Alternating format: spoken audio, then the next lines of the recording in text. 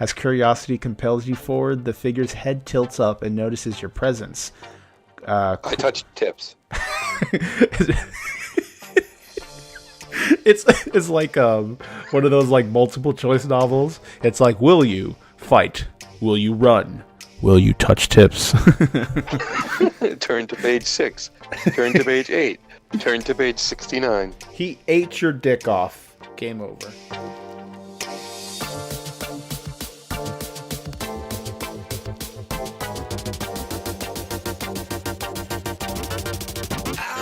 Hello, everyone, and welcome to episode 57 of the Thought Patrol podcast. I heard you pause for a second and think about that. What?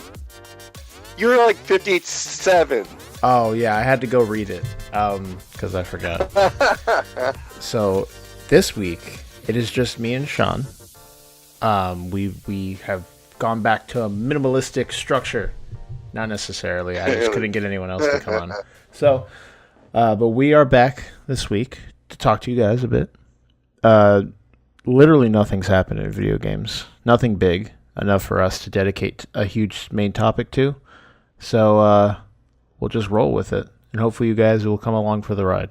So we'll go into our intro. Shawn, how have you been, bud? Oh, jeez. That's my answer. Oh, man, not much, man. I have been playing Dragon's Crown Pro. It is oodles of fun. And for some reason, everybody is back into that I don't do side-scrolling thing again. I remember when games went 3D on PlayStation and whatnot, all of a sudden side-scrolling was out. And then like several years later, the Saturn was barely kicking. The only thing keeping it alive was the side-scrolling games because it does side-scrolling amazingly in its sleep. And then all of a sudden they were retro and popular again, like the early to mid 2000s, and apparently it's not popular again. So I can't get anybody to play it with me. I like sides. It depends on the type of game. Like Celeste, I enjoyed. I thought it was a fantastic game. Technically, you were scrolling. You're an exception. You were scrolling from left to right, but like I'm just not a fan of like the arcadey style beat 'em ups. I never was really. I mean, I played them when I was young, but it was very. I did not play a lot of it, and I just wasn't a fan of that style of play. Like the way you controlled the characters and the way you advanced, I just wasn't a fan of it. And I still am not really. Everybody's complaining about the side-scrolling aspect more than anything, or 2D aspect. Like, for instance, our friend Hector. That's right, I'm throwing you under the bus, bitch.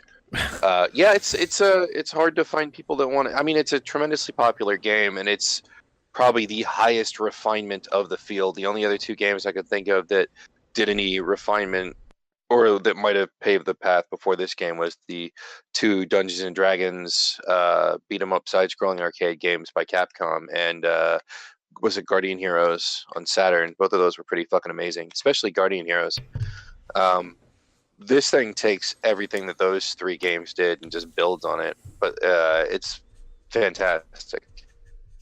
I'm glad you enjoyed it. I pity play it, but yeah, that's my thing that I expounded on for too long. Is I've been playing Dragon's Crown Pro.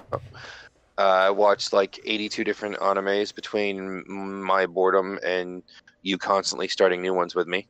I started Higurashi When They Cry. That shit's fucked up and fun and interesting, but the animation's trash. Oh man, but I really like the story. It's old. You got to give it some kind of. Old doesn't necessarily mean trash, though.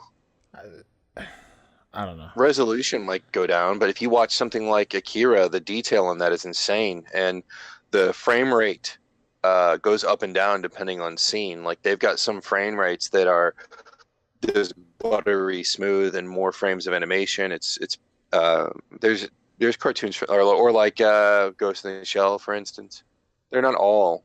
I mean, old doesn't necessarily mean trash animation. That's just a cheaply produced show. But the writing is freaking ridiculously good. And I just started Angels of Death with You. That looks super duper interesting. That's right up my alley. Yeah. And we finished To Be Heroine, which is fantastic. We're actually going to talk about that in the review section. We will review that show, spoiler free, and talk about that a bit. I'll pass on saying anything more on that. Outside of that, I watched a handful of horror movies, Netflixing and priming and whatnot. Nothing to know. I finally watched the 2 Conjuring movies after bitching about them. And what'd you think? I thought the acting was terrible. Oh yes. Oh my The gosh. reactions Thank were you. garbage.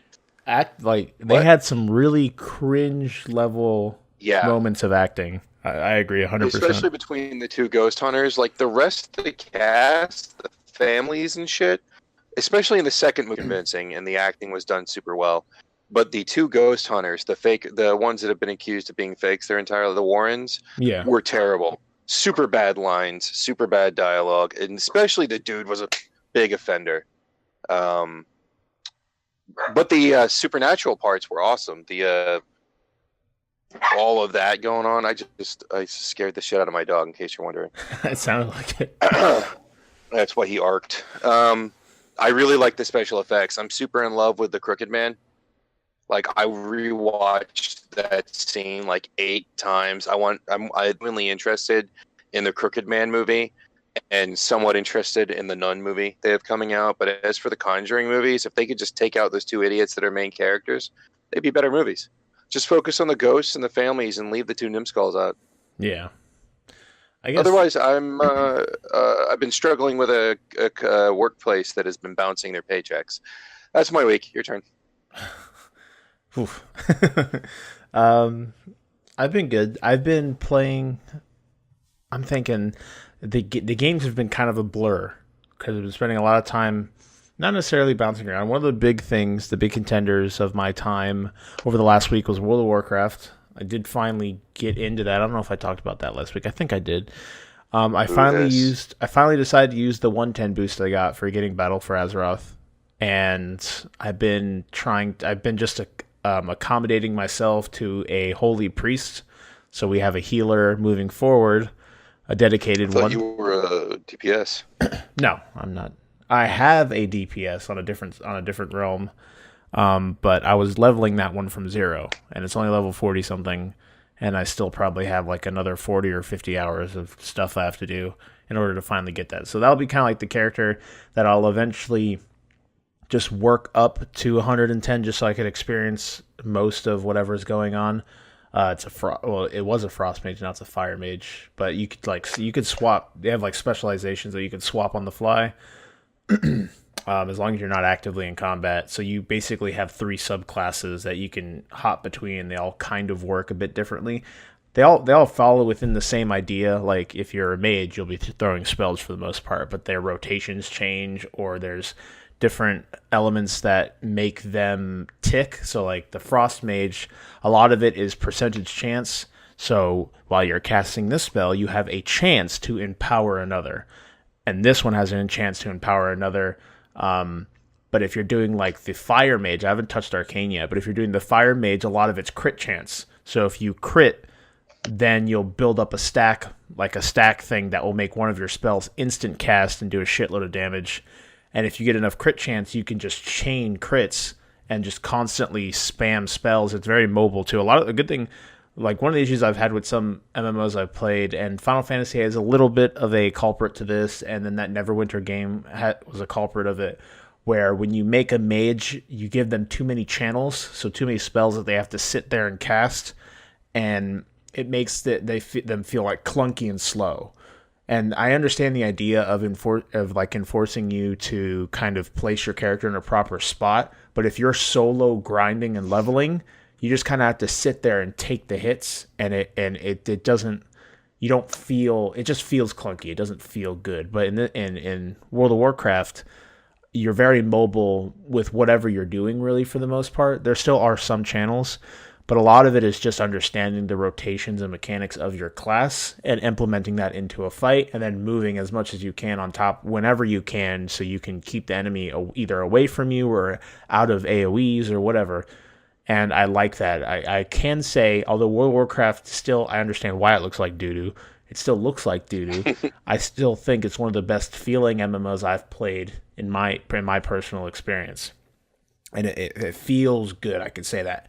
And walking through Legion, some of the new areas do look nicer than obviously the really old ones. But it still has that design where it's kind of cartoony, kind of, so... But for the most part, I'm enjoying the game. I got some add-ons into it where I don't have to deal with the UI, which is also clunky and nasty in my opinion. And I've just kind of revamped everything, make sure it just looks a lot cleaner. It's not as what's the word? It's not as obtrusive. It doesn't cover as much as the screen. You can mess with the font. It's all very highly customizable, and it makes it just kind of updates the game. It kind of feels like, and I like when companies allow their community to make things that change just like quality of life of the game. Now, if it's something where you're like getting a bot to do shit for you, obviously I'm not a big fan of that. But something that just kind of makes the game either look or feel a bit nicer, I'm all about that when companies allow that for their games. So I've been enjoying it. I'm just kind of grinding, doing the typical MMO fare, leveling, doing stuff like that.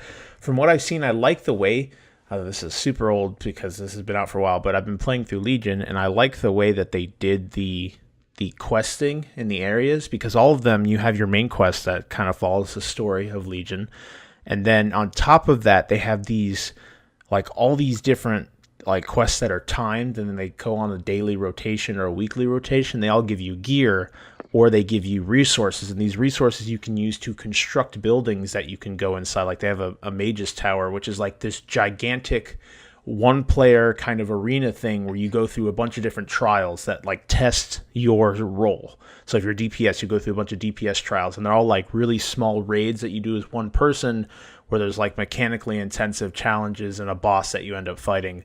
And you can get different rewards as you, I don't know if you go up or down as you scale this tower. Because I was talking to Nick about it, which is one of our friends that has been playing WoW forever. And he was having his frustrations because he couldn't get past this one fight. He just kind of gave up eventually. I don't know if he might still be doing it as we speak, but I haven't touched any of that yet. I like the way that Legion's set up. I like the areas. I like the Broken Isles as a whole, and the way it looks. It's nice. I haven't really followed much of the story. I have a general like knowledge of what's going on just from watching the cutscenes and stuff, but I pretty much skipped through all the text. What I'll probably do is before Battle for Azeroth comes out, I know they have a video that Blizzard themselves released where they explain the lore, but I'm sure there's 100 other videos where people explain the lore of World of Warcraft, and I could just sit down one day for an hour and watch a video that will get me caught up for the most part. So I know what's at stake, I guess, as we move into the next expansion. But I'm having fun with it. I like what I've played. I can't believe I haven't. It's weird that I just haven't played the game up till now, because I am a decent fan of MMOs. I just never got into it. I don't know what caused it, but I'm playing it now, and it's enjoyable. I like it, and I can see why people like it too. So I understand why it's been one of the top MMOs for such a long time. It makes sense. So that's that.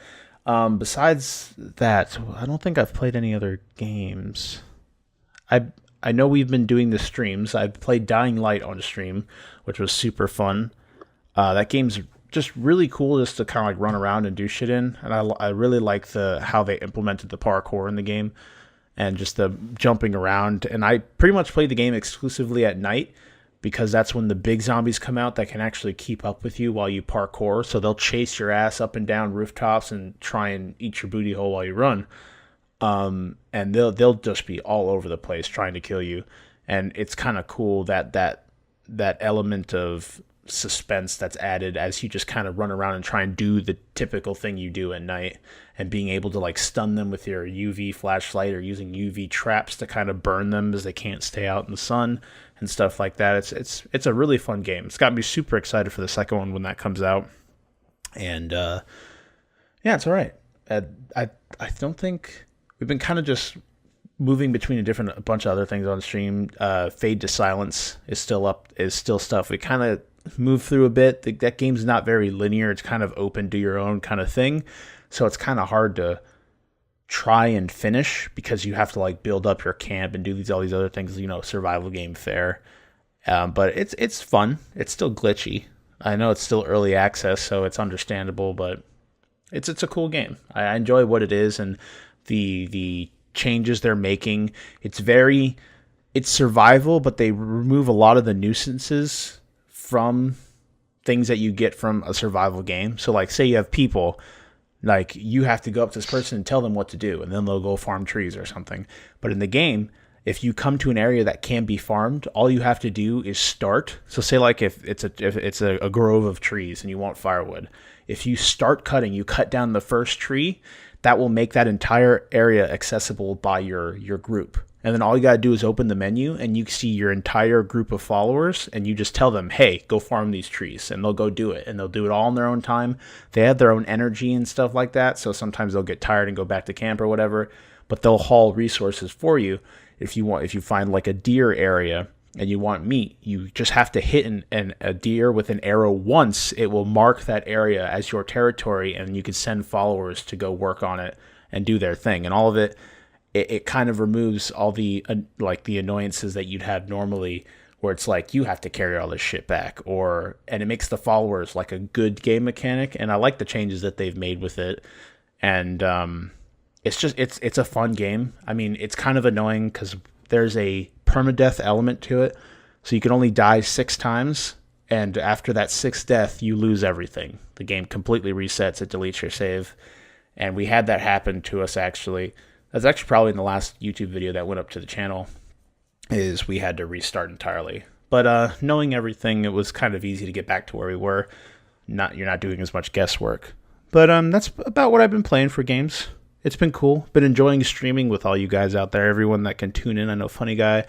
I know Frost. I know he stops by a lot, and it's so nice being able to actually like do something and have people come and talk to you. It's really cool. And if Twitch streams do sound interesting to you guys and you're tuning in and you think that'd be cool if you want to kind of talk with us live, I do try and get more people on when we can. It's not the easiest thing because we've got everyone scattered across different things, and streaming on PlayStation is awful. So I try to avoid doing that. So I usually stick to like games that we could crossplay with, like Fortnite, stuff like that. And I try to get people on when I can. Or if you have a game that you want to see me play on stream or something like anything like that, we do stream 3 times a week. It's Monday, Wednesday, and Friday from 9 p.m. to 12 p.m. Eastern time. We might add in a few streams here and there, which I'll announce on Discord when it does happen. Especially now that I have more time since I've moved out of my previous job and working on getting into a new job. I have a lot more time, especially this week coming up. So there might be more streams. Maybe we might have like 5 streams or something this week or something along those lines. But definitely feel check that out. You can follow us over at twitch.tv/ThoughtPatrol, one word. And we'd love to have you guys come over. We're like at 41 followers. If we could get 9 more followers, then we can start doing bits and subscriptions. We could make some emotes for you guys, make some sub badges for you guys, and things of that like. So there's some kind of, what's the word I'm thinking of? Like you have a reason to actually sub. Or if you just want to support us, you like what we're doing here, and you want to throw some money our way, you can do it over on those Twitch streams.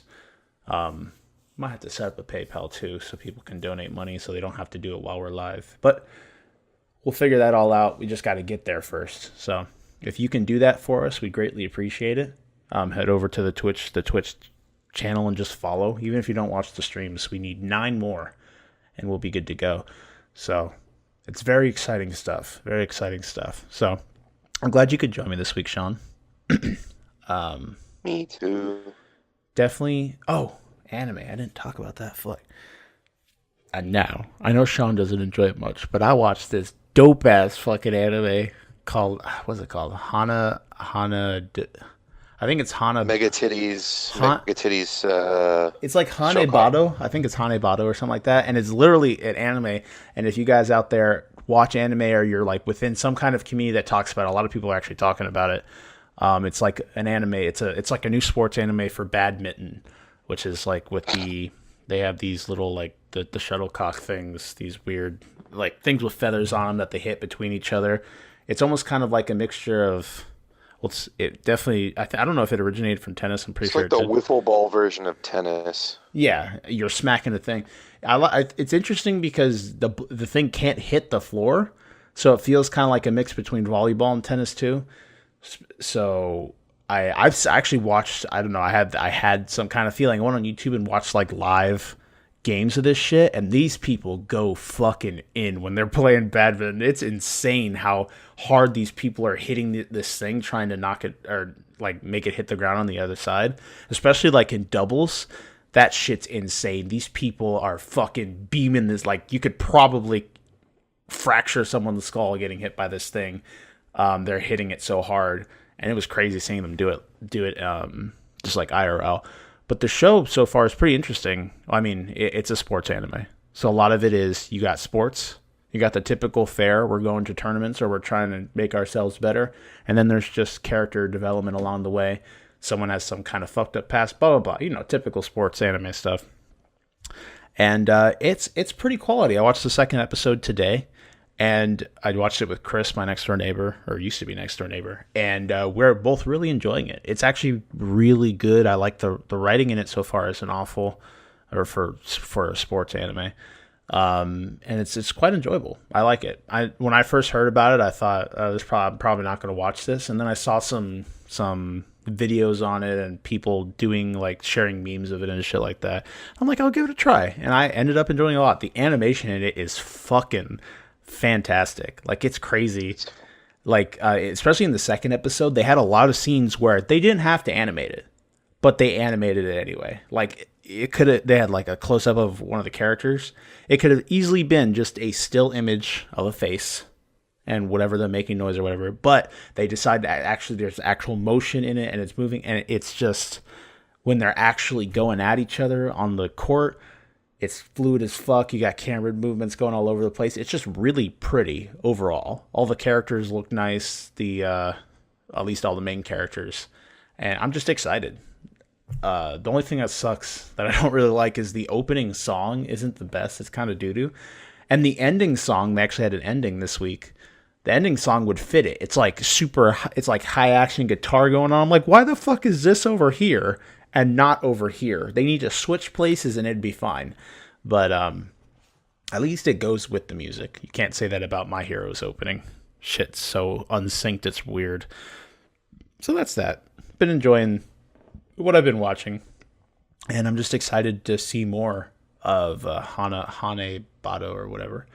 Yeah, we'll talk about To Be Heroine when we get there. So again, Shawn, I'm glad you could join me. I'm glad all you guys out there tuning in have stopped by to listen to us this week. We really appreciate it. If you're new and you want to connect with us, feel free to check out, again, our Twitch. It's a good way of seeing us playing games or hanging out together. I try to get more people on when I can. You could drop by our Discord, say hi to the hosts. We have every host in the Discord. Also, some of the community members hang out over there. We got sections for everything: gaming, movies, anime, TV. Do we have a TV section? I think we have a TV section. If you want to submit a question to the podcast, all those things, that can all be done in the Discord. If we talk about something that interests you this week and you want to give us feedback on that, or feedback on the show overall, feel free to drop a comment either on the YouTube video or some podcasting services that do it. And also, if you really like our content, you want to get more of us every week, feel free to subscribe over on YouTube or, again, on the podcasting service that you're actively listening to us on. We're on Spotify. We're all over the place. Spotify, Google Music, Apple Podcasts, iHeartRadio, Stitcher, a bunch of different places. You could check us out there, wherever it's okay, or wherever's the best for you to listen to us from. We also have a Twitter at ThoughtPatrolPD. You can get updates from us on when we're streaming, if we're going to be doing a game night, things like that. And finally, if you really like us and you want to help us out here, feel free to leave us an iTunes review. We try to read them on the podcast, whatever you put. If just be truthful, I guess. Whatever you truly think about the show, let us know. And we'll take that into consideration. We'd appreciate that. So before we move forward, also send nudes. Send nudes, yes. Any time possible, you can DM me, you can DM Shawn, you can DM Caitlyn with dicks. Just send her a bunch of dicks. Send her as many dicks as you can find them online. Just send her dick pictures, and I would appreciate that. So again, we have a mailbag question this week from our boy Sam. And this one's a long one, Shawn. So I want you. He says it even at the start. He says, "Bear with me here." No! And he made it. He made it a pun too. I'm sad. All right, so Sam, again, we always appreciate you when you send in your questions. If you guys do want to send us questions for us to read on the podcast, something about a game coming out, what we think about a certain anime, anything like that, feel free to send us those questions. You can do it through Discord. You can do it through email, thoughtpatrolcast@gmail.com. You can do it through Twitter, like I said before, and we'll just kind of tally all these together every week and answer them on the podcast. We'd really appreciate anything you guys want to send us. So, from Sam here, we got, bear with me here. You're walking on a trail through a forest when you come to a clearing. The sun is shining brightly as you enter the clearing, and you notice a fallen tree in the middle. On this tree, you see a small, hunched-over, hooded figure. As curiosity compels you forward, the figure's head tilts up and notices your presence. I touch tips. It's like one of those like multiple choice novels. It's like, will you fight? Will you run? Will you touch tips?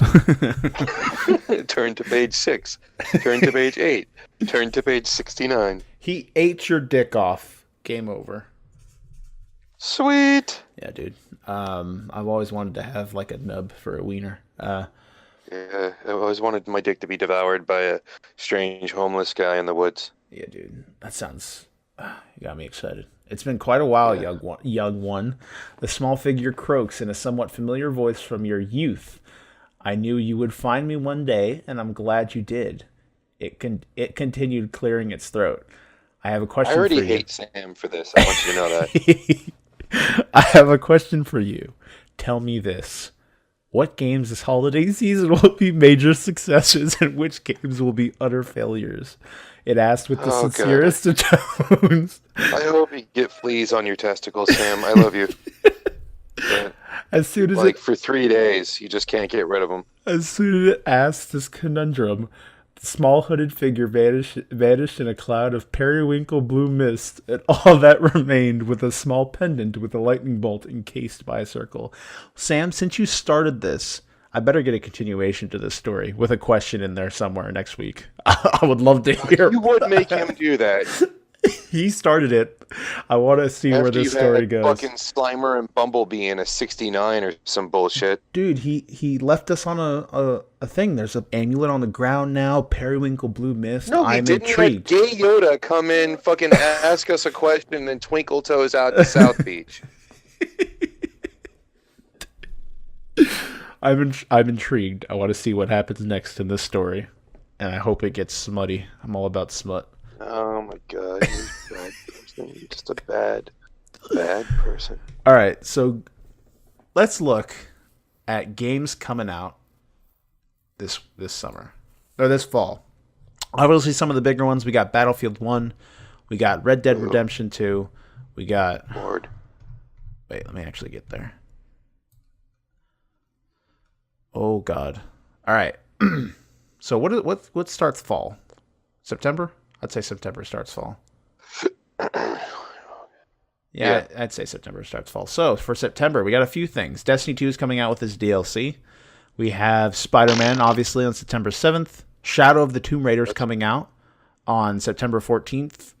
We actually have Valkyria Chronicles 4 is coming out in September. I didn't know they were making Hell yeah, dude. I got that shit on pre-order. Code Vein coming out the 28th. Also on pre-order. Forza Horizon 4 in October 2nd. We have Black Ops 4. Losers. Yeah. we have Black Ops 4 on October 12th. Battlefield 5 October 19th. Soul Calibur 6 October 19th. Ooh. Red Dead 2 the 26th. Fallout 76 on the 14th. Pokemon Let's Go Pikachu on the 16th. And that's November, so that's technically winter too, but whatever, we'll count it. And then Smash is on the 7th of December. So games that we think are going to succeed. Obviously, Red Dead's going to sell a lot because it's fucking... God, what's the name of people who made GTA? Why is it escaping me? Rockstar. Because it's fucking Rockstar, and they're going to make a shitload of money.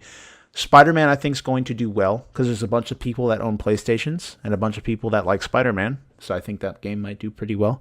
Black Ops 4, I think people are always going to buy Call of Duty, so I can't see that game failing. People always buy Madden. Yeah, I can't see that game failing. I think Shadow of the Tomb Raider is easily going to get kind of overshadowed. I don't think it will probably sell, but I don't know how well. I can't really say it might fail, but I can't, with all these other games coming out, I don't think it's going to get the time of day. The last two did extraordinarily well. What makes you think this one won't keep up? I don't know. There's just so much other shit. Formula and expand on the environments. I don't know, because I don't think people will be willing to buy like 8 games in 2 months. So people are going to be picky and choosy, and people are going to be going with the like. If you have Spider-Man coming out a week away from Shadow of the Tomb Raider, I don't know. I don't think people are going to be. If people are into Spider-Man and Tomb Raider, they're going to pick that shit up before they pick up Black Ops and the other thing. That shit's going to be around for a year before the next installment comes out. I think these one-player experiences are going to draw the. I think the people that buy Black Ops and shit aren't necessarily always going to be the same crowd that goes into the other ones, and even if they are, I think that Tomb Raider is going to draw a bigger crowd. I think that there's a resurgence in people being interested in one-player games. I think God of War helped bring that back to the front when people thought it was fading. It's never going to go away. So I think they're both going to do fine. That's my prediction. I think Tomb Raider will be fine. I think Spider-Man will be fine. I think the other two will be just like Madden. Oh shit, Dragon Quest comes out September 4th too. Fuck. Dude, there's so many good games coming out in fall. Wait, when does by the way, Valkyria, was it 3 or 2 never came out here? We only got 3 of them. September 25th is Valkyria 4. That's coming to Switch too. That's pretty cool. Hell yeah. And the graphics in Valkyria 4, it doesn't really matter what system you play it on. I don't know. I don't think Destiny 2 will do as well as they hope it to. I don't necessarily think that'll be a failure. I think it's still going to sell okay. I can't really like sit down and look at this list and say this game will absolutely fail. I know which ones are going to outsell the others. I think Dragon Quest has its niche and has its crowd, so it will sell. But it definitely won't sell as much as Spider-Man will or things like that. Spyro is coming out on September 21st too, the trilogy, the remastered versions. I'm down for that. I don't think Code Vein's pretty much just anime Dark Souls, so that will also attract its own niche crowd. I'm definitely going to be picking it up. I'm super excited for that game. But like, there's just so many games, and people are going to have to be very picky choosy with their shit. I think Forza, again, will do good. It will sell. I'm not picking it up personally, although it has me interested. There's Assassin's Creed Odyssey on the 5th, which I'm not also interested in. Although there's, again, a lot of people that love Assassin's Creed. I think that game will do well, especially coming off of the other Assassin's Creed. God, what is it called? Why am I drawing so many blanks today? The Egyptian Assassin's Creed. I don't know. I don't remember what it's called. The Egyptian Assassin's Creed. The one that came out before this one. Oh, I don't know, dude. I don't care about Assassin's Creed anymore. I've erased it from my lexicon. Yeah, I'm not picking up Odyssey. I don't think it, I mean, it might be cool. The Greek setting has me super interested because I love ancient Greece and stuff like that, but I don't know. We also have Super Mario Party coming to the Switch on the 5th, October 5th. I don't know. Again, a lot of these, they all have their niche. Black Ops is going to sell incredibly well because it's Call of Duty. Battlefield 5 is going to sell incredibly well. It'd be interesting to see which one of those sell more, especially within a week of each other. Soul Calibur 6, I've heard mixed opinions on. A lot of people don't think it looks good, just like graphically, compared to other fighting games. But there's, again, that niche crowd. That could be the keyword, niche. Just Dance 2019. Oh, yeah. People are going to buy that game. I'm all up inside Soul Calibur's butthole. I've been a lifelong, I love Soul Calibur. Red Dead Redemption 2 is going to sell incredibly well. 100% I could see it. There's Hitman 2 coming November 13th, which has me interested. I didn't play enough of the episodic Hitman, but I like the idea of Hitman as a whole. Fallout 76 is coming November 14th, which I think is going to sell incredibly well. There's a lot of hype behind that game. Now, if they will live up to that hype, I'm not so sure because of the formula and the model of the game. I don't know. I just hope we don't get another No Man's Sky or Sea of Thieves. So we'll see what happens. Pokemon Let's Go Pikachu, Let's Go Eevee. There are a shitload of Pokemon fans and a shitload of Switch owners. So you could say a lot of these Switch games would sell just because people want some more to do on the Switch. So Mario Party, Pokemon will sell just because, hey, it's a new Switch game. I could play my Switch some more, and I could take it outside or do whatever the fuck I do with my Switch, stuff like that. I'm definitely picking up Pokemon when it comes out.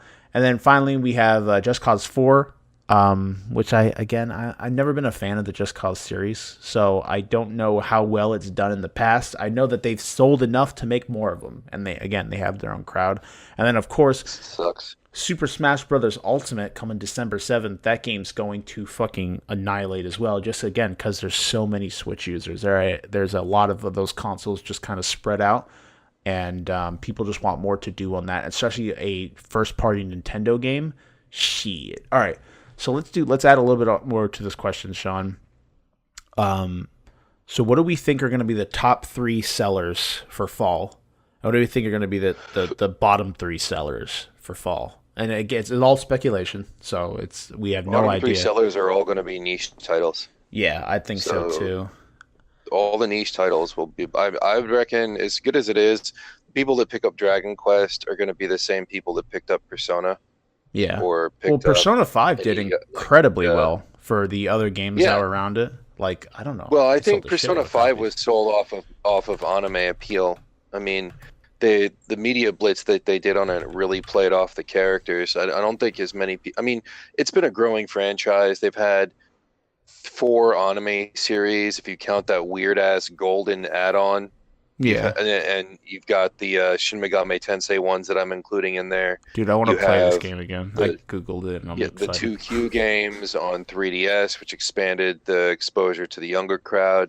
You've got the mainline games, the hardliners that have been with the series since the beginning back on PlayStation, and even the ones that were importing it before then.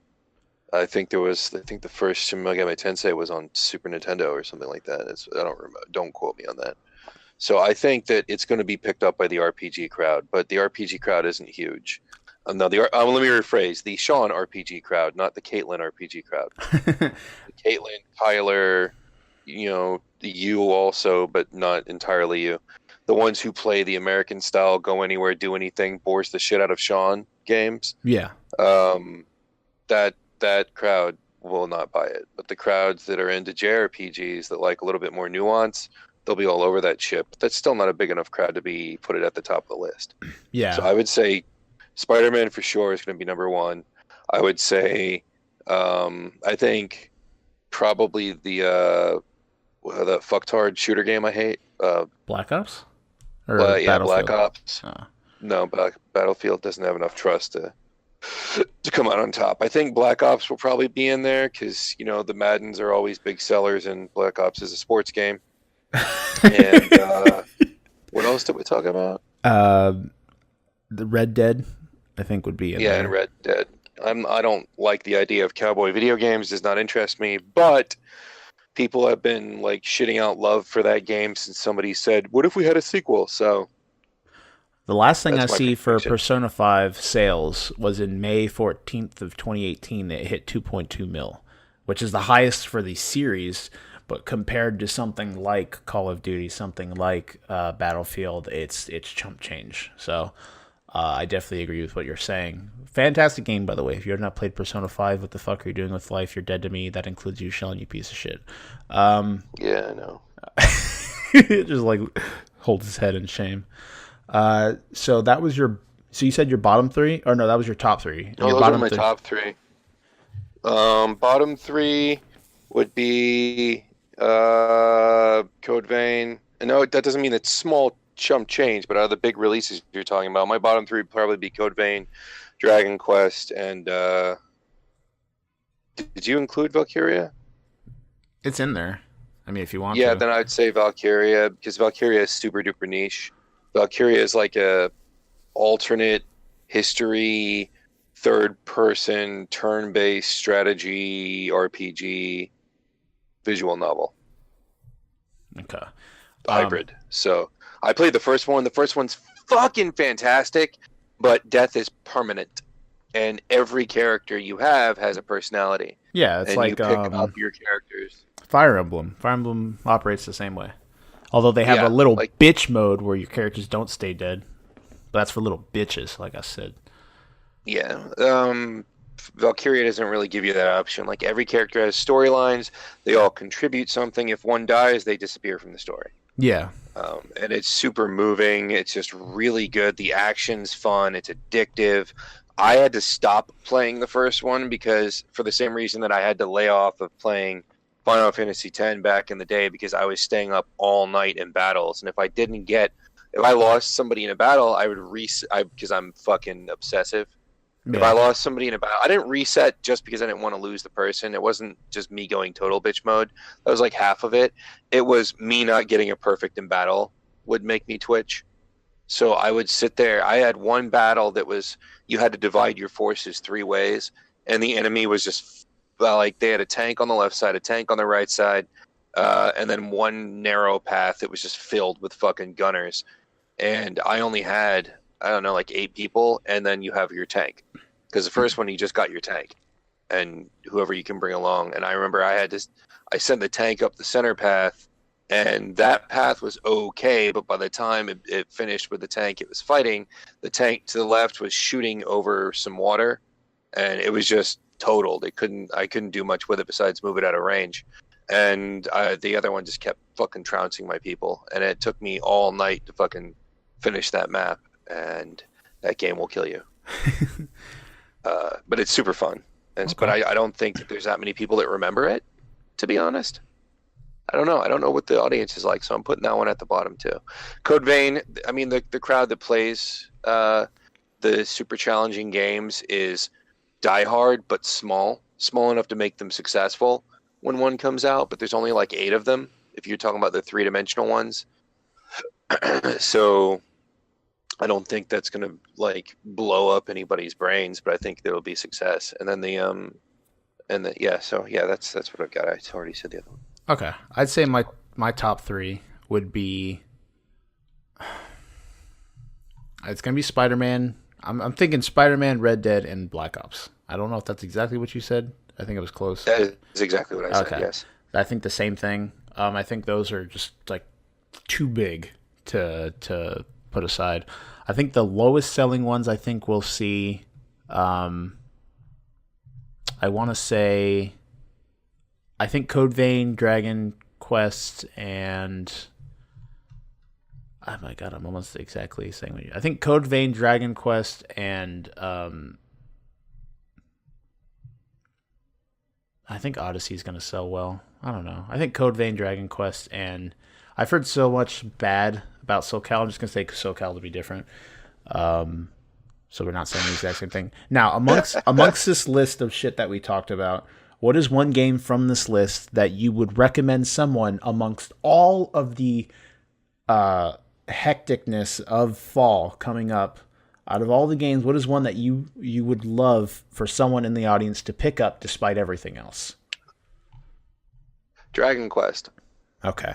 My biggest complaint about Ni no Kuni was the children's storybook element of it, the paper thin story. It's not evolving, and near the end of the game, I got so bored that I quit. Like I just never was interested in returning, and it's right before the end. I mean, everything to do in that game, besides the last few quests to go into that area and defeat the bad guy and kick what's his nuts back home, which I still think is what happens.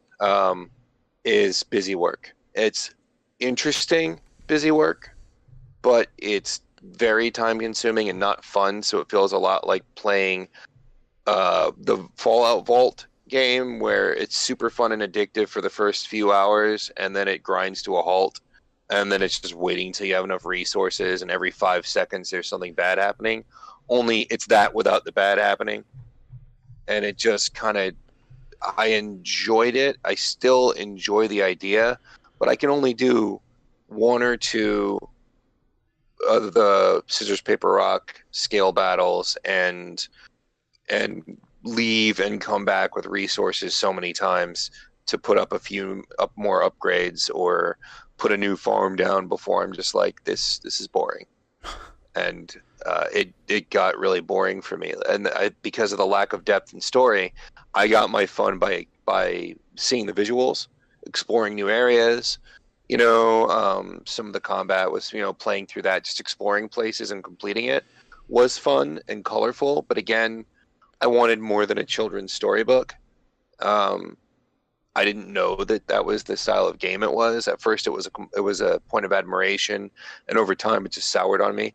Dragon Quest has that same childlike appeal. It always has. I mean, the original ones were a bit more serious, but they were also 8-bit. So it was kind of hard to get across the expression.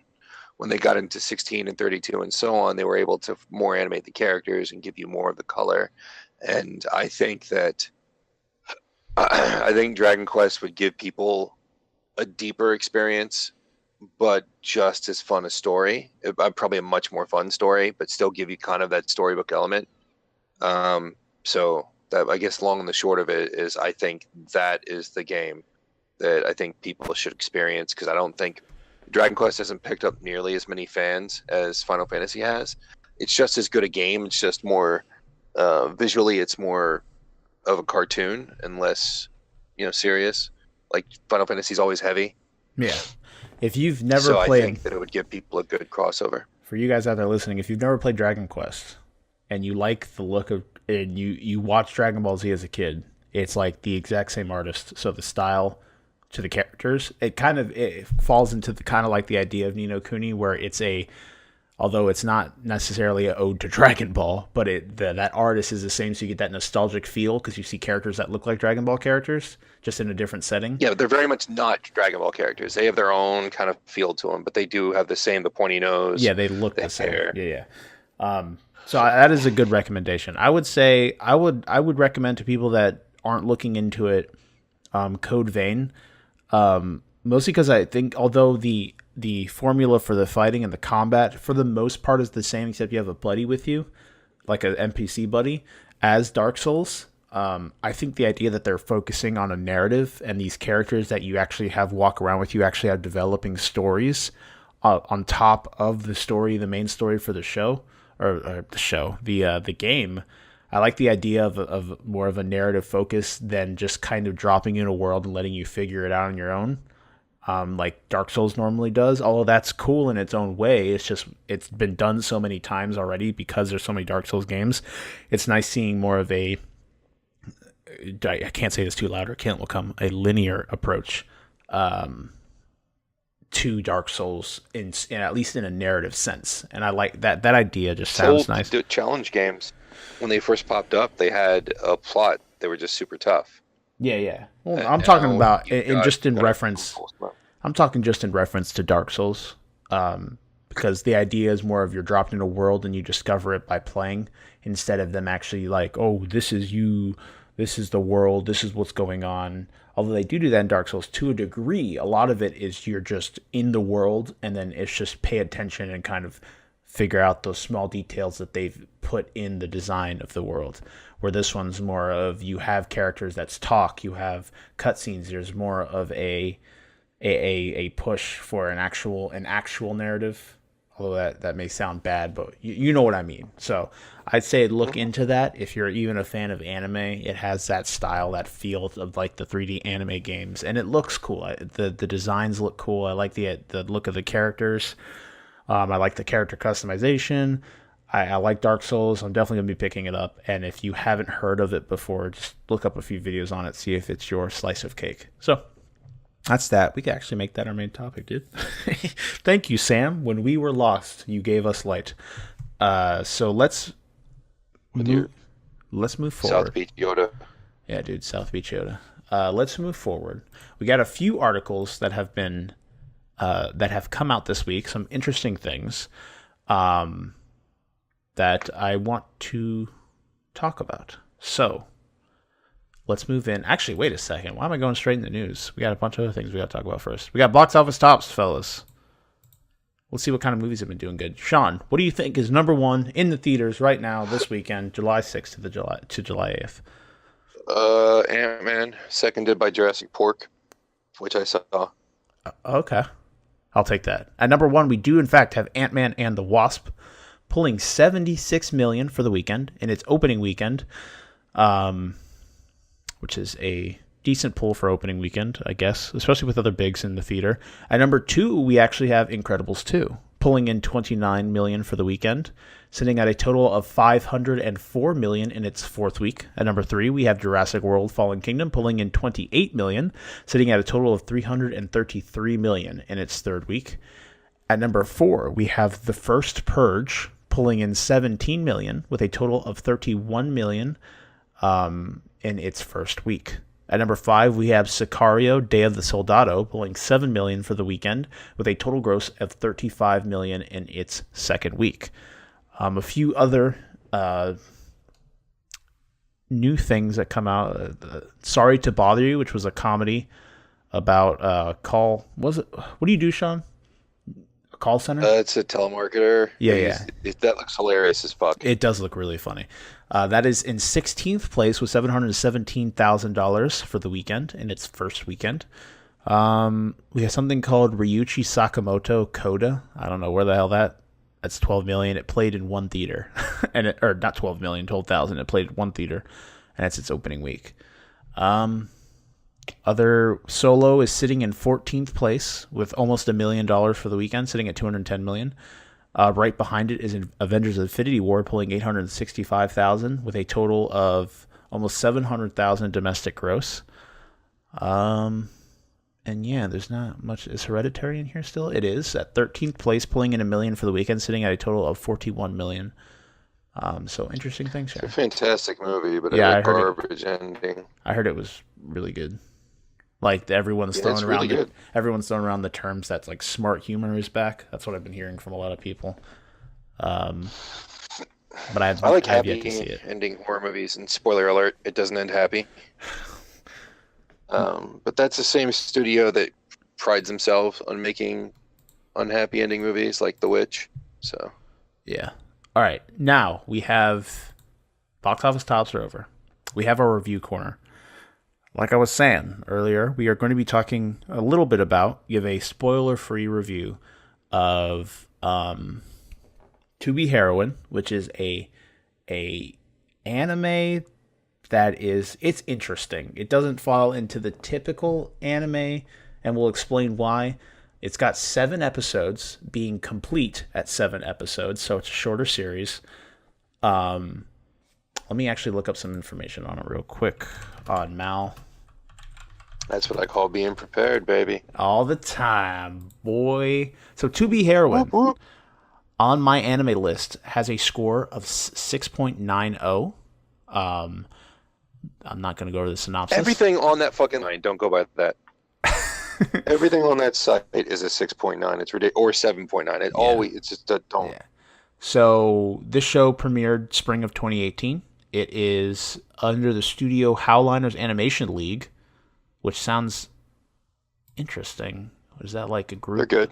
They're a Chinese animation studio. They are Chinese. Interesting. Yeah. They did Centaur no Nayami, which is a stupid show. So they did the Outsider, or Under One Person, I think it was what it was called, which is another Japanese Chinese joint venture.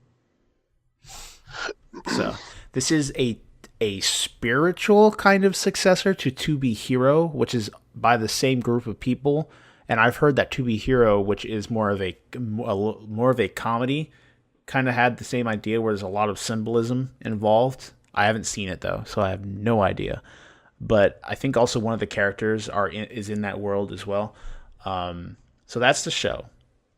Now, it's actually also referred to as To Be Hero 2. That's interesting. So Shawn, we're going to have you go first.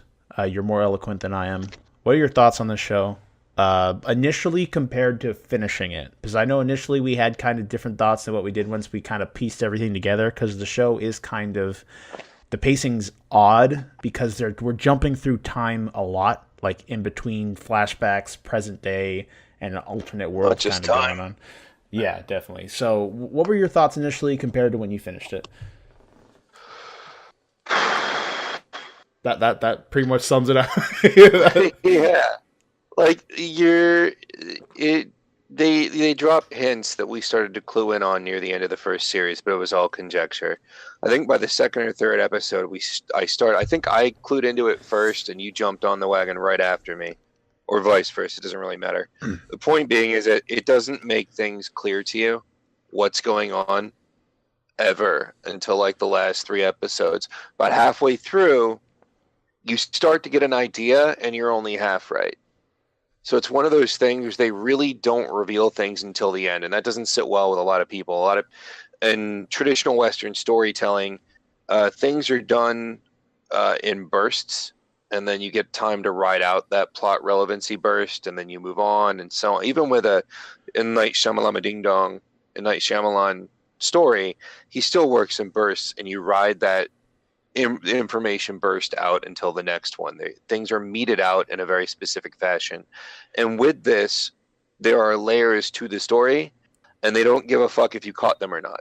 Yeah. And they don't necessarily feel the need to give you everything. I think personally it's paced very well, but it doesn't feel that way until you're at the end and you understand everything they've been putting you through. That was the same exact feeling I had. Initially, the idea is like it doesn't. You kind of feel like you're all over the place, but once you start putting the pieces together and all the kind of like breadcrumbs they leave behind as you go through the show, this is kind of one of those shows that you watch again. Like, and I'm watching it with Chris.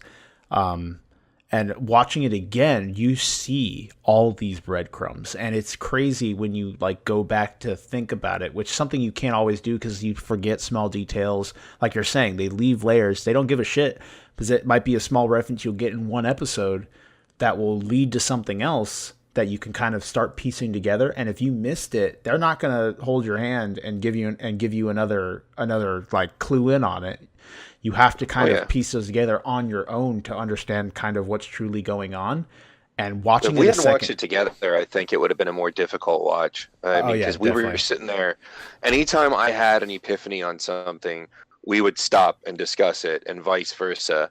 I remember, was it the third or second to last episode? I started mentioning how things were mirroring the way things had taken place, and I was able to piece together roughly how things would go, although that last fucking element, I did not see that happening that way at all. Yeah. Like, I expected a much more traditional, like, what's the word I'm looking for?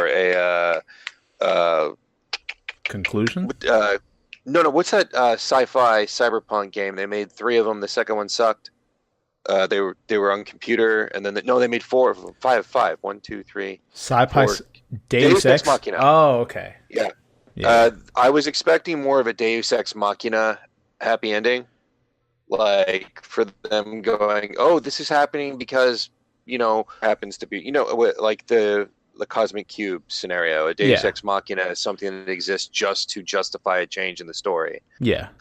Normally it's like, a time traveler comes through, and time traveling wasn't even mentioned in the story, but he pops in and saves the day. One of those bullshit things. That's what I was anticipating sealing the story off. I couldn't see them somehow bringing this to the conclusion that they did, because I didn't anticipate them pulling a 180 like that at the very last minute. But in retrospect, I should have, because I had already predicted it.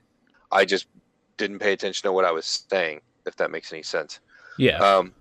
But the story takes place on 3 layers. It takes place in her feelings, it takes place in her thoughts, and it takes place in reality. Real quick. It weaves back and forth between those things. Before we let's do just like a base level explanation of kind of what's going on. You have a main character named Futaba, just a girl that is in her 2nd year of high school. Was it 2nd or 1st? I don't know.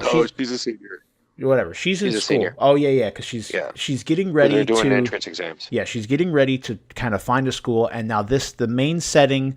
One interesting thing: the main setting of this show is in China. It takes place in China, and they speak Chinese when they are in the main setting of the show. There's an alternate setting which takes place in a fantastical area, which I'm not going to go too far into because it deals with the story, where they transfer over to Japanese when they speak. Again, I didn't necessarily, there might have been something that I didn't necessarily see a huge story implication to the language change, besides the fact that it's just a different world and it's to show that we're in a different area, kind of. that's truly I different. think that was just done for aesthetics, Yeah, and it could because have. it was a joint venture, it was kind of a gimme to the Chinese. Yeah, so that's that. And this girl's kind of, again, it's there's elements of a kind of growing up story dealing with the fact that you're moving into adulthood, how time becomes your enemy, and things like that. And then there's also an underlying tale, but just kind of an idea. So when Shawn says he's referring to Futaba. That's the main character. That's who we spend most of the time with, and it revolves around her and a small group of her friends. And that's pretty much it. So go ahead, Shawn. It does, and it shifts gears too, because it leads you, because it's one story, but it's also another story. It's telling two simultaneous stories, because part of it is a coming of age story and acceptance of transitioning from, being a child to being an adult, from being not responsible for yourself to having to take responsibility and face your future, which is a weird time in everyone's life. When you start to realize it's no longer one thing, but now you're responsible for everything, and every choice you make has consequences. Where that's just not as severe a case when you're a teenager. And the show leads you to believe that she's struggling with that, which she is. That was the initial conflict. But then it introduces a much deeper, a bit more Shawn? fictional. Oh, okay. I'm trying to figure out how to not spoil this because I want to actually talk about it. The hard part is getting over the silliness of the show. Everything, and this is something Kyle touched on earlier, everything happens for a reason. Nothing stupid in that show except for a few humor points, which the one part that had me laughing until tears was the boy love thing. I died. But that everything that happens is either metaphorical, or is metaphorical, period. Even if it's really happening, it's still a metaphor. Yeah. Everything stands for something. And it all comes crashing together in the last handful of episodes. But it's definitely more cerebral. You do need to think your way through it. It doesn't look or watch like a more cerebral show until you're halfway through. But you want to pay attention to everything. But it is a little difficult to get through the first few episodes of amazing and stupid until you realize that every ounce of the stupid is there for a very specific reason. Yeah, I liked it a lot. I definitely put it up there. I don't know if I would rank it in my favorites of cerebral shows, but I think I would be tempted to put it up there simply because there's so few. I've got Monogatari, which is at my very top of the list. I've got that other one that I was raving to you about. I think they tried too hard, but I really liked them. Well, it was the one about the temporal physics, Schrodinger's cat, and all that. The funny one? The what? The funny one? The comedy? No, this wasn't a comedy. I mean, it had I funny thought you were parts, talking about like Phantom World, Myriad Phantom Colors, or whatever it's called. No, I adored that. I'm gonna buy that shit. That was funny as fuck, but that's not what I'm talking about. That's a good show. There's one I watched that I don't recall the name of it, and honestly, unless you're into physics, temporal physics, the stuff that Einstein and Dead Wheelchair Man were into, it's not necessarily your bag, and they do a really good job of breaking out extremely complex ideas to make them understandable, but making the story entertaining, it failed in some respects. And I think that they pulled a square and tried to get just slightly too complicated at the end. I followed it, but I could see how a lot of people wouldn't. And the animation, God damn it, why am I talking about something if I can't? 2 seconds. I'll find the fucking thing. Okay. Well, you find it, and I will give my thoughts on the show. I mean, with Schrodinger's cat. Man, leggy. Schrodinger's cat. Okay. Taboo tattoo. Schrodinger's bot. What the fuck? How am I pulling up porn? Taboo Tattoo. I watched that show. It was okay. It was not that good. All right. My thoughts on the show. think I do agree with the sentiments that Shawn has put forth. I like I like the show. I like what they do with it. Again, at first, I 100% agree that if you're not into anime or you do not watch anime, I don't necessarily think this will bring you around to the idea, because it has a lot of things that kind of scream anime. Like the first couple episodes of Shawn was speaking, the idea seems silly. It is silly. The idea is silly initially. It's stupid. Yeah, it's not. And it would easily turn off a lot of people. But with a show that's so short, being 7 episodes long, I do think that if you want something that you think will tug on heartstrings, that will make you think a little bit, that will make you piece together kind of a grander story, this is something special here, and I think that you would enjoy it if you get through those first couple episodes. Again, 7 episodes, 22 minutes each, around there, and the opening and ending songs are lit. That's all I gotta say. They're really fucking good. The animation, not to mention that Dance Dance Revolution shit fucking rocked my socks off. The animation has a kind of a charm to it. I like there's some areas where it's not as good, but there are other areas where you when the action's going on, you get really good animation going on. And I'm not speaking with just fluidity, but some of the stills that they do just look weird. It kind of looks like a Chinese or Korean manga animated. It kind of shares that style, that look, just colored in. And it kind of, the way the characters are drawn and done like that, it feels like that. Like if you ever read like a manhwa or I don't know what a Chinese manga or comic book is called, but I know the Korean ones are manhwas. If you ever read one of those, it will share that same aesthetic style, and it has that charm to it. But that's why I was mentioning knowing. Yeah, the story itself, though, I think is worth the push through the first few episodes. And then as you start to piece together and make sense out of what happened in your first few things, as long as you go into it understanding that there is a greater meaning to everything, I think you'll get a lot of enjoyment out of the show. And it's almost as if you're on like you're like on a treasure hunt for things for little like nuggets of information that you can use to put together what's going on.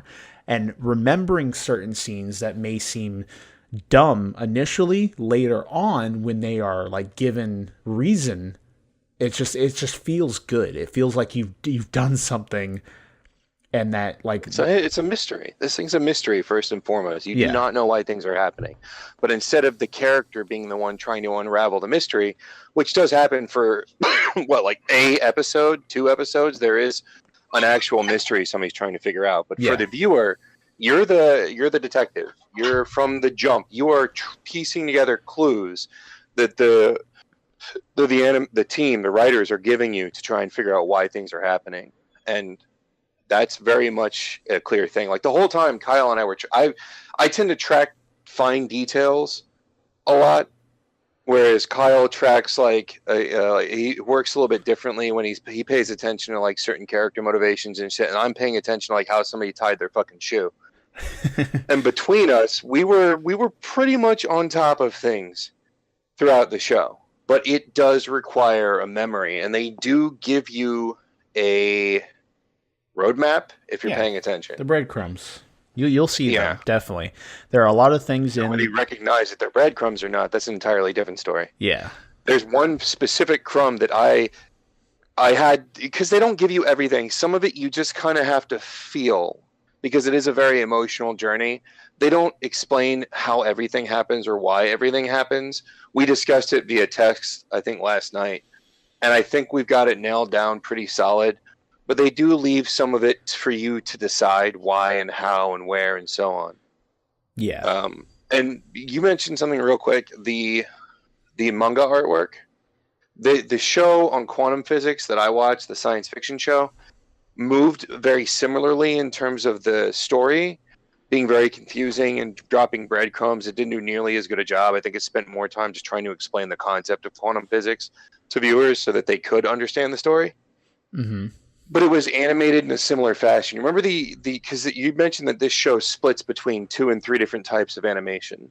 And sometimes this is used to illustrate the difference between worlds, because when they're in the more fantastical world, it is very much Japanese anime style, not like a manga. Yeah. Except for like when they do the quick movements and things, it does kind of a little bit of the manga-esque whatnot. But when they're in the real world, it's done more like a pencil sketch, but without the sketch lines. Yeah. The way they move, the way characters move, they are very reminiscent of comic books. Knowing is done the exact same way. It looks sloppy and horrible at first until you realize it's less of a cartoon and more of somebody taking a comic book and animating it. And I know that kind of sounds like the same thing, but contextually speaking, it's not. There's a very big difference between Bugs Bunny and Spider-Man in a comic book. Yeah. And if you took that comic book artwork and animated it, it would look vastly different from the Spider-Man Saturday morning cartoon. And that's kind of what they did with this show. And I think if they had done it traditionally, it wouldn't have been nearly as effective. I think those differences in the animation and the times where they allowed it to get brutal, to get a little ugly, to get a little sloppy, that was done entirely on purpose. That animated a specific emotion or a specific feeling. The more upset characters get, the worse their animation gets, which is something I noticed fairly early on. Yeah. So there's a lot of attention to detail. I like it a lot. I suggest it to anyone who likes to think, but also likes to feel, because it is a very emotional journey. It's got some like Disney overtones near the end, but not in a bad way. Growth and positivity. And I think the journey that she through was difficult enough that it was nice to see that kind of like positive end cap, so to speak. They didn't have to do that. Yeah. No, it's just good storytelling. Yeah. I do think that what is here is definitely something worth kind of powering through the earlier stuff, and it all happens, as you said, for a reason. There's a meaning behind most of everything that is presented to you, especially early on. It's all very deliberate. Yeah. So, all right. Again, that is To Be Heroine. So like To Be Hero, but the female version. So To Be Heroine. It is on Crunchyroll. You could find it there. I don't know where else it may be, but Crunchyroll is free to view on a computer. You do not need to pay for it. You do have ads that you have to watch, but if you guys do end up watching it, let us know what you thought in the Discord section below. I also think it'd be cool if you can find someone else that enjoys anime. This is a cool show to watch with people. If you can get I'll make you a deal. If you guys consider watching it, I will give you a 24-hour pass. I also have a few 24-hour passes too. So they are given to Kyle and I every so often. So if you don't have Crunchyroll and you want to give a show a shot or something we suggest or talk highly about and it's on there, we will help you out. We will throw a dog a bone. Yeah, just hit us up in Discord. Or a boner if you're cute. Just hit us up in Discord. Again, I do recommend if you can get a friend, two friends, a family member, someone to like sit down and just partake in it with you. It's kind of fun, kind of trying to piece it together as a group, because you get different people's perspectives. Because like Shawn was saying, a lot of what happens and what is presented is kind of open to interpretation. So you can get different viewpoints from the story from someone else based on just their life experiences. So it's cool to like sit down and just watch an episode and talk with the person next to you. Hey, what did you think about this? What do we think's going on? What happened here? Holy shit, that was crazy. What's going on? And just kind of having that like view party with someone else. It's a cool experience, and that's what it was cool for me and Shawn to be able to do together. And now I'm doing it with Chris as well, and seeing how he pieces together the story and stuff like that.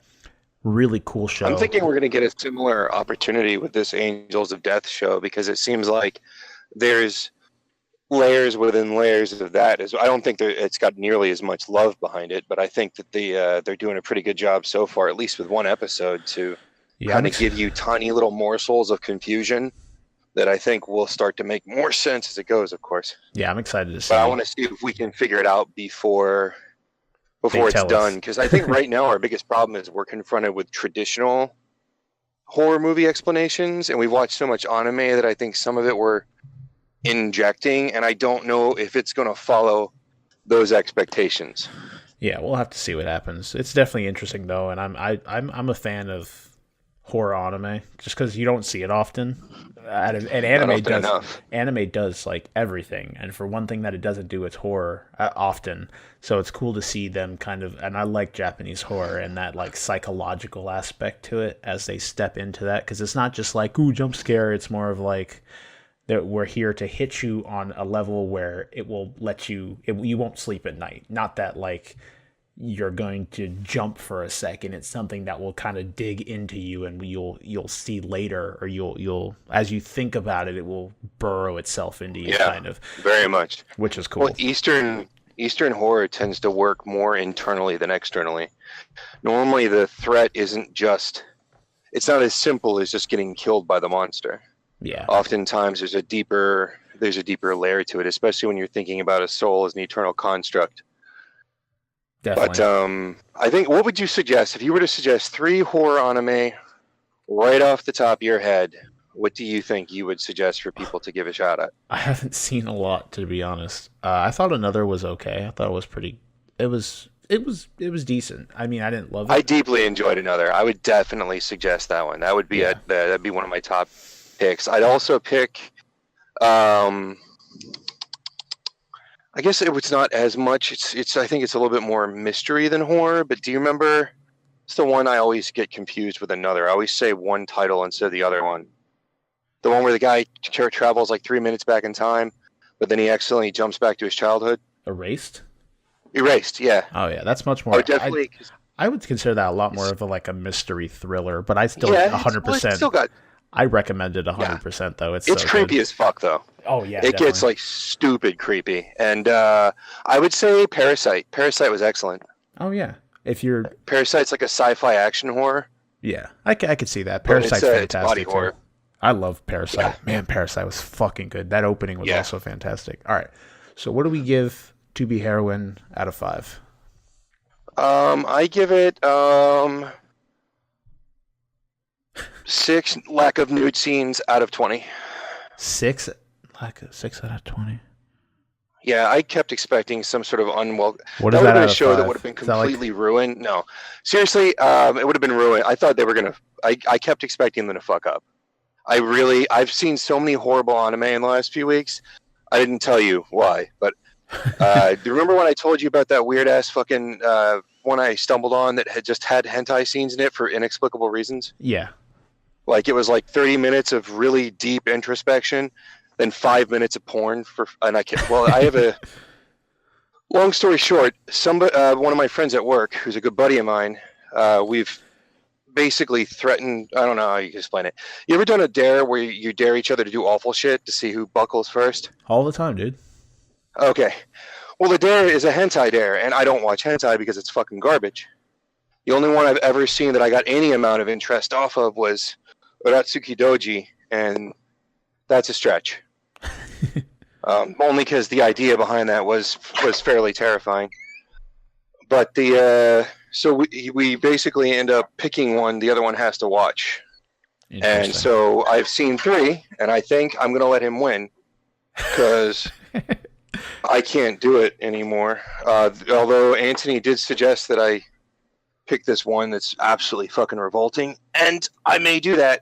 Nothing has been as bad as Seikan no Quasar, though. That is actually worse than any fucking hentai I've seen. Leave it to except Antony for the ones that are to all suggest raped. You something like the Lord of Yeah, he suggested this one called Boku no Pico, which is about like a fucking 8-year-old gay kid. Yeah, that's like an internet joke too, dude. Every time someone asks for it was early like 2000. It was more like mid to late 2000s. But every time someone asks, "Oh, YouTube, what's this anime?" everyone's response was Boku no Pico. I would have gone with Seikan no Quasar. If there's one show you wanted to show someone that would make them never want to watch a cartoon again, at least Seikan no Quasar. I legit tried to make it through that series just to see if I could, and I had to stop at the 3rd episode. I just couldn't do it anymore. I could feel my brain cells dying and screaming in agony as they winked out. It's incredibly stupid, and I agree with you. But the thing, at least it like falls into the realms of somewhat normality, where Boku no Pico is really like fucked up if you think about it.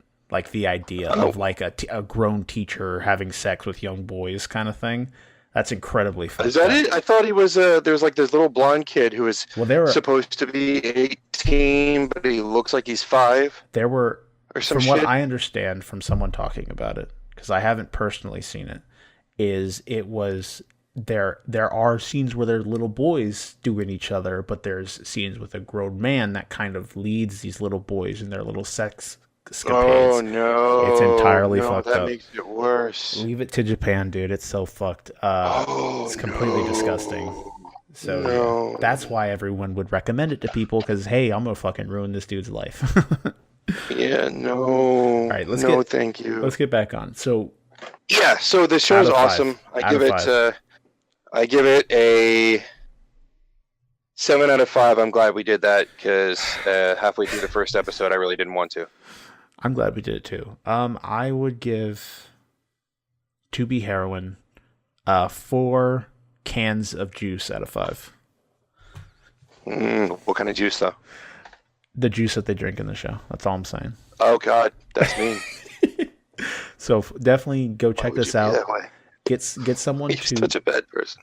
Get someone to watch the show with you if you can, or just watch on your own. Again, it's a shorter show, but definitely has that love, that impact behind it. We highly recommend it. So moving forward, we have what to look for. We got some games coming out this week, ladies and gentlemen.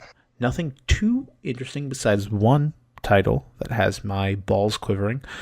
We move forward. Let's see. So we have what to look for. We have Shining Resonance Refrain, which sounds just like an anime game, coming to PS4, Xbox One, PC, and Switch July 10th.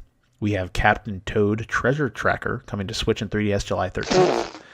We have Earthfall coming to PS4, Xbox One, and PC on July 13th. And finally, we got the big boy. We have Octopath Traveler coming to Switch on July 13th. I'm super... Now I have to buy a fucking Switch. I'm so mad. I'm super pumped for this game. It looks badass. It looks just like a love letter to all old JRPGs. It's done by Square, I think, right? Pretty sure it's done by Square too. Mm-hmm. And it just looks fantastic, and I'm so excited. It's the same guys that did Is it a Chrono Trigger? That's that studio, whatever, the one that Square owns, that did the one where the girl dies. Spoiler alert. That's Setsuna? So, yeah, that's it. Same guys. They tell you right at the bat that she's gonna die, so you know she's gonna die. What the fuck? Yeah, but I played through that whole fucking game going, we're gonna be able to stop this. We're gonna be good. It's gonna be good. Oh no! And as the game progresses, they're telling you to your face, this is a poetic story. This is a beautiful story about tragedy. And we want you to be grown up enough to be able to handle that. And the whole time I'm telling the game, you know damn straight I'm in my 30s and I'm not grown up enough to handle that. You best not do that shit to me. Then I cried because they did. This little girl better not. Oh, she died. All right. Well, she gave her life to save the world, essentially. And they knew that from the beginning. But the whole time I was like, come on, Square. Come on now. Don't do that.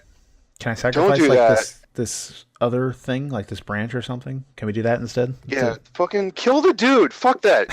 He's not innocent. He's a battle-hardened warrior. She is a kid. Well, not necessarily a kid. She was an adult, but I mean, she's a young adult. I don't give a fuck. They killed her, and I'm still upset over that. And dude, I watched Your Lie in April like 6 years ago, and I'm still grieving. Don't talk to me about it. That's not even a lie. I think about it, I get super sad. I feel you. Because that was a sad show. It was a good show, but it was a sad show. All right. It was a feel like you want to fucking ball your... God damn it. I'm sorry. Shawn is now sad. News object. Okay. God, seriously, dude. If you ever want to watch one of the most wonderful shows ever, it's one of my highest... I would have never watched an anime drama ever in my life, but that was the only thing on Netflix that I hadn't seen. And I didn't have any other streaming services, and I didn't know you could hijack decent anime shows like Danganronpa on YouTube. So I watched it, and then I was depressed at work for 3 weeks. But I will tell you that it is one of the best shows, not anime, one of the best shows that I've ever watched. Period. It tells an amazing story. It is fantastic. I can't. Zim loves it too. You can hear. It's just one of the best shows that I've ever seen. And because I watched that show, because I enjoyed it so much, I allowed Kyle to talk me into watching A Silent Voice. And after that, I watched Your Name. And now I watch dramas. So, God damn it. Now I cry a lot. They're good, though, man. Fuck, Silent's voice was so good. Now I'm sad. Let's stop talking. No, that one was pure happy at the end. It was, but that I'm one sad was that a full circle happy. I'm just and they didn't choke it down with what they could have easily done, which I still think would have made an excellent movie. I just think it would have put a little too much saccharine on the end of it. Yeah. If they had really involved the romance part, that wasn't really what the story was about. There's hints that it might become something, but the important part of the character's growth is done. Yeah, that was my favorite. Zim also agrees with that. That was my favorite anime last year. I think we talked about that when it came to December. But man, yeah, that was a fantastic show. All right, let's move on to some news. We got a few things that happened this week that we have to talk about. So, GameSpot, as always, our boy Timur Hussein from GameSpot. Nintendo Switch is getting one of the most popular PC free-to-play games. Can you... Oh, Shawn muted himself. Can you guess what it is? Yeah, I was just going to say, oh boy! Do you know what it is? No! More Fortnite players. No. This is different. No, Fortnite's already there. Warframe. Warframe is coming to the Switch. Oh yeah, we talked about that. How the fuck are they going to do that? I don't know. Can the Switch even handle that at 60 frames? Probably not. It can't handle Fortnite at 60 frames. So Fortnite's not 60 frames at all, is it? No, on PS4 it is. There's an option to put it to 60 frames. Really? Why? What difference would it make when everybody's made from crayons? Well, the faster frame rate allows for more reaction time. That's about it. Yeah. Usually, that's why I'm not competitive on that. For you Fortnite players out there, I feel bad for your souls. I'm sorry. That's why most FPS games are 60 frames. You have more reaction time. Same thing with fighting games. They try to keep them at that area. Yeah. All right, so multiplayer action game Warframe will be released for Nintendo Switch, developer Digital Extremes has announced. The announcement was made during Tenno Live 2018, a yearly event where new details about the game's future are revealed. A short trailer of the game was also released, and it reveals that Panic Button is working on the Switch version. Panic Button has worked on bringing a number of games to Nintendo's latest platform, including Wolfenstein 2 and Doom from Bethesda. So it'll probably have downgrades to get it to run it. I'm sure they can get it to 60 FPS. It's just the game won't look as good. But on a smaller screen, that might not be as big of a deal. I still think nobody uses it for a portable. Come on now. I use it. Well, I don't really play it docked. I use it portable. It depends. Really? Because I would only use that shit docked. It depends. I don't even play the fucking thing. So what does that say? I still got games on it. I got to finish. I have a 3DS to play portable games. I don't really think carrying around a tablet is the solution. I like the 3DS. Plus the 3DS, you can close it and it protects the screen. Yeah. As of yet, a release date for the Nintendo Switch version of Warframe has not been confirmed. The subject on how the game will approach offline play on Switch has also not been discussed. Warframe is a free-to-play game that's also available on PS4, Xbox One, and PC. The game launched to a mixed reception. Why is this important? Since Warframe, by the way, is the absolute best example of how to do free-to-play. Of a free-to-play game. Definitely. Yeah. Since then, developer Digital Extremes has continued to make tweaks and introduce new content to the game. As a result, Warframe has developed a passionate, dedicated fan base. On PC, it is frequently one of the most played games on Steam, alongside Dota 2, Counter-Strike, and PUBG. Definitely, if you have not played Warframe and you only own a Switch, you have a chance to... first of all, I'm sorry if you only own a Switch, but you have a chance to now play this game. Again, I do agree with Shawn. It is one of the better free-to-play games out there, and it is a load of fun. Definitely try it out. Definitely interesting seeing more things come to the Switch, things I never would have thought to come to the Switch. It is nice it's being done by a team that is what's the word? That has experience in bringing platforms to the Switch that have to be downgraded, like Doom and Wolfenstein 2. So definitely excited to see what they do as we learn more about how offline play will work and things like that. This game can probably be modded to shit if they allow. I don't know how the hell they do offline play. They might not. When is SMT coming out for the Switch? That's really what I'm waiting for. I think I don't know. I don't think we have a release date. I thought it was going to be this year, but they just released a trailer, but they didn't say when it was coming out. I don't think they might have initially said 2018, but I think it might have been moved back to 2019.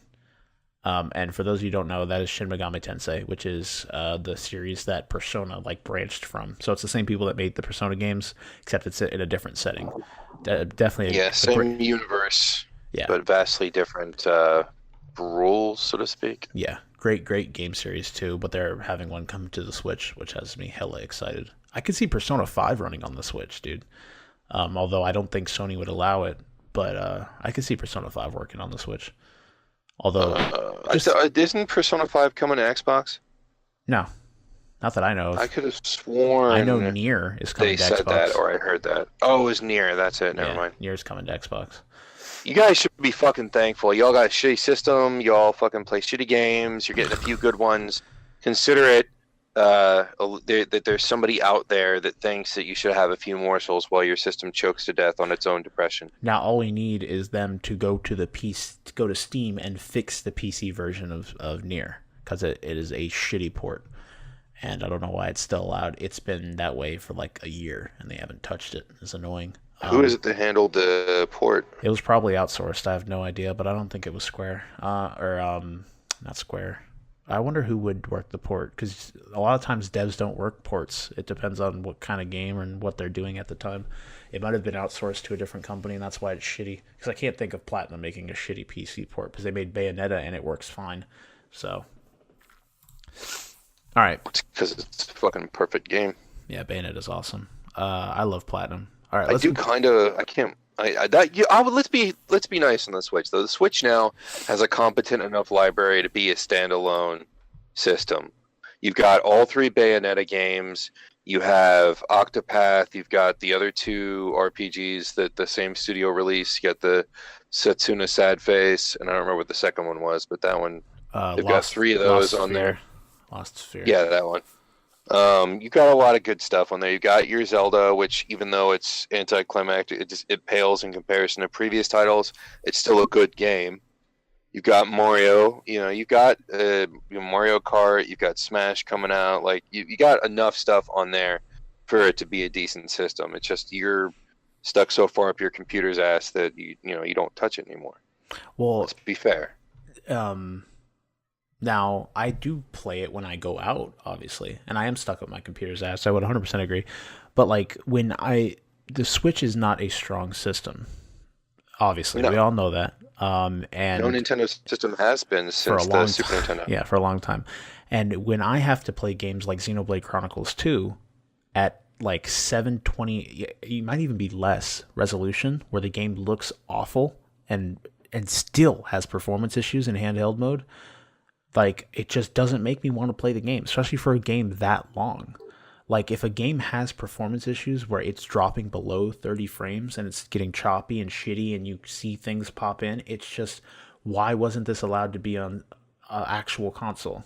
Because the Switch, although it's fun to play, all this, it is not a competitive console, and it annoys me to no end. I know they had to make, obviously, sacrifices to get it to be what it is, and it's cool for what it is, but it's just another gimmick that Nintendo has done. That's why I raged about the goddamn thing when they first talked about it. It's a cool gimmick. Don't get me wrong. Gimmick, it still is a gimmick, though. It's one thing that they pushed. They pushed it from the moment that it was announced that you can take it anywhere, but you could also play it at home, and it does that fine. It does that well. But for games outside of Nintendo's main titles, I'd rather have those on something that can run those games better, especially when they need it, like Xenoblade did. They had to make a lot of sacrifices to get that game to run on that thing, which is what has me worried about Warframe. Fortnite only runs at 30 FPS on the Switch, which is not, it's like the worst experience you could play. It runs better on the fucking phone, I think, than it does on the Switch, which is stupid. It's just so dumb. And for indies, cool. It runs indies fine because they don't require a lot. For mainline titles, Nintendo's always good at making things for non-competitive systems. They've been doing it for the last 10 years, 15 years, 20 years, whatever. That's fine. It's just, I'm not going to play it unless I have to. And Octopath, I will play it. I'll probably sink a shitload of time into it. But unless I have to, it's just going to gather dust. I mean, I have better ways of playing games. Why would I play Wolfenstein 2 on the Switch? I have no reason to. I own it on... Even if I didn't own it on PC, I'd rather play it on PC. So, that's that. I do agree they have a fantastic game selection, game library for the Switch currently. They've been supporting the fuck out of it, and great for them. They've made a lot of sales. It's going well for Nintendo. Fine by me. It's just I agree with you with the fact that I would just have to come I have to warm up to the idea that Nintendo may never make another competitive system in its generation when it makes that system. They're always like a generation behind. And as long as I understand that fact, I guess they'll just have to deal with it. But it's whatever. I understand that your anger though, especially for someone that you've grown up with. For them, I don't know. They're doing fine. They let them do their thing, I guess. They're like the weird uncle I at a had party. to admit that Nintendo wasn't my system anymore when the 64 came out and the games were so ugly. They had some great games on there. Don't get me wrong. I have some really great games of couch playing, especially the multiplayer, even more so than the main game of Conquer's Bad Fur Day. The multiplayer was fucking amazing. So much fun. Hours and hours and hours, hundreds of hours of multiplayer. I had people coming over to my house to do that instead of LAN parties. That's how fucking fun that game was. And there was other decent games in there. Fuck, I mean, the 64 made first-person shooters something that wasn't just a PC sport anymore, a PC type game. It made it fun. And it saddens me that Nintendo stopped trying to be competitive. They went for the lowest common denominator. And even the GameCube, it was a good system. It had good games, but it was not a competitive system. The 64, not a competitive system. Because I started out with that system, and I bought games for it. And I got so tired of them being ugly and not having a sharp picture and having a texture the size of a fingernail stretched out over a football field and everything looking like and it doing fog and its sleep. When you go to a PlayStation, you've got screen tears and you've got no anti-aliasing on the PS1 and or shitty, the world's shittiest anti-aliasing whenever they did come up with it. And you have what was it called when a polygon breaks through another polygon again? Clipping? I just forgot for some reason. Clipping, yeah, and holy shit, were the 3D games like they were just a nightmare of clipping in the early days.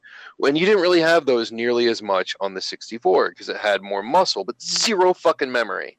So what the PlayStation could do was run games oftentimes faster, but always clearer. So they may have been grittier, but you still had a better overall picture. It may have been half the strength, but you could see details in someone's fucking face. And once I got to the point where I realized I was buying more games on PlayStation than I was in the 64, and I would see more games coming out on PlayStation, deeper games, better games, that's when I realized Nintendo went the wrong way. And after the 64, they had the GameCube. They didn't even fucking try. You had the PS2, the Xbox, and a fucking GameCube. And the GameCube couldn't do dog shit compared to what they could do. And then after the GameCube, they further dug the hole with the trashed piece that was a Wii. I can think of maybe 10 games that were worth playing on that system, and of those games, half are first-party titles. Yeah. All right. So all right. I lost faith in it in a long time. I gave them fucking money for the Wii U. Fuck you, Nintendo. Okay. Next article. So we have a Arc System Works Kill la Kill game coming out, which has me excited. Yay! It's coming 2019, but this is by Callie Plage? Plage or Plage? There's two G's. It might be, I don't know. Arc System Works Kill la Kill game. Plog, maybe, yeah. At Anime Expo 2018, Arc System Works and Studio Trigger have revealed more details about the Kill la Kill fighting game. Called Kill la Kill the Game IF, it's a 3D fighter filled with an acclaimed anime series trademark flashiness and over-the-top action.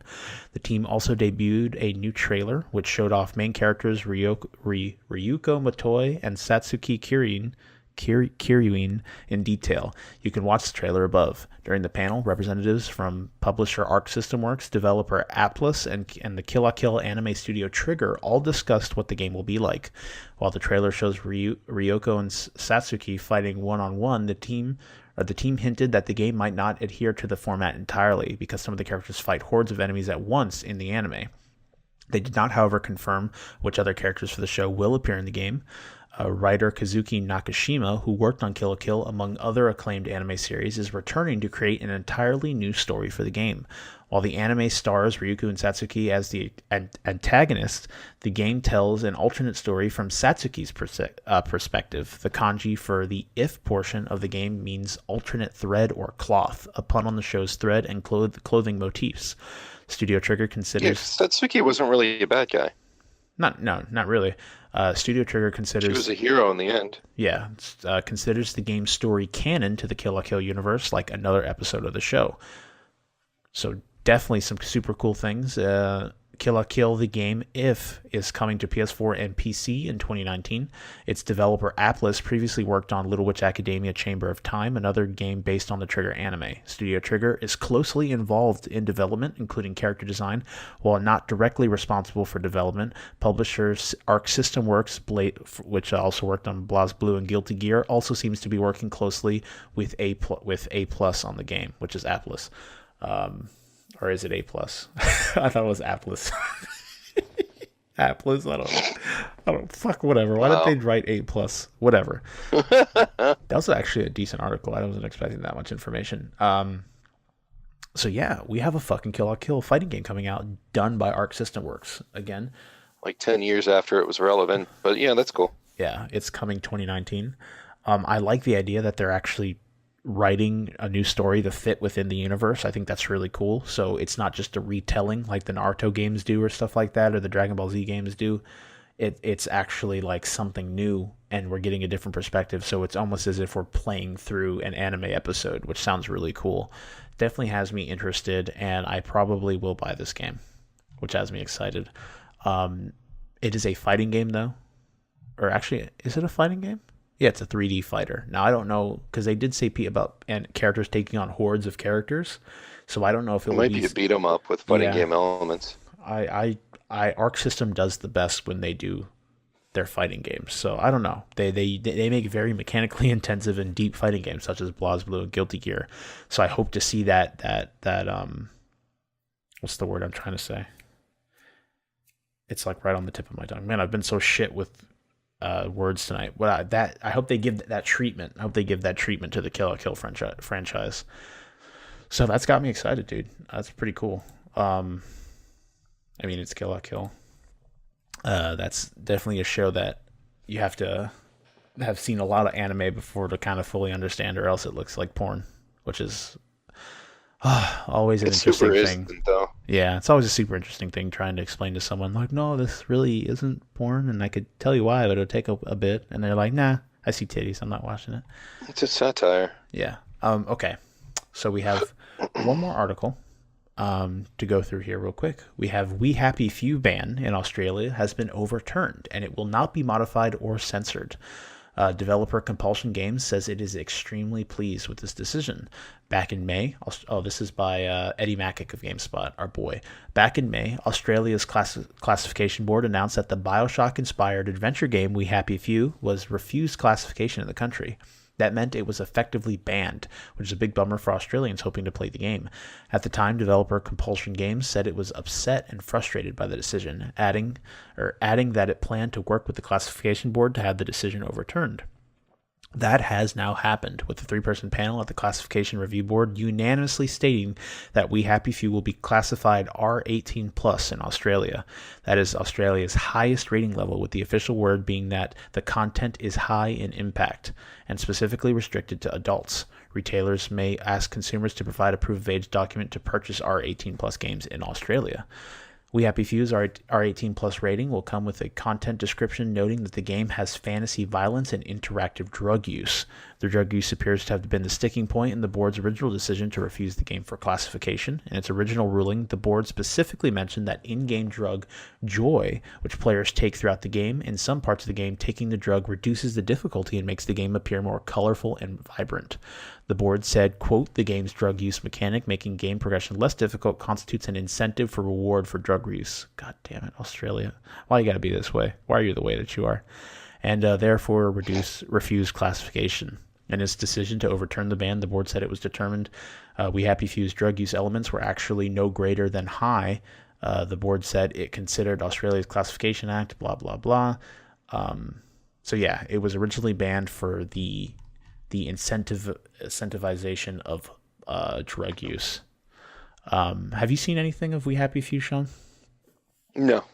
I think it's really cool looking. Like it's set in like a dystopian Britain. I think it's Britain, where everyone takes a drug, and it's like an antidepressant, and it literally does make the world look nicer. Soma. What? One more time? Soma, Brave New World, man. What? Get up on your literature, dude. Okay.